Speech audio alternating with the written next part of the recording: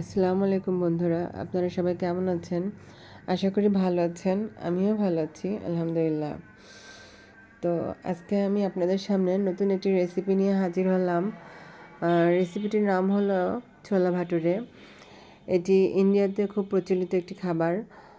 তো আমার মেয়ে এই খাবারটি খুব পছন্দ করে, এজন্য মাঝে মধ্যে ওর জন্য এটি তৈরি করতে হয়।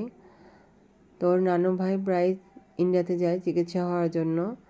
তো সেক্ষেত্রেও আমার মেয়ে বায়না করে নানু ভাই ওই ছোলাটা নিয়ে আসবে। আসলে এটাকে আমরা আমাদের দেশে কাবলি ছোলা হিসেবেও চিনি।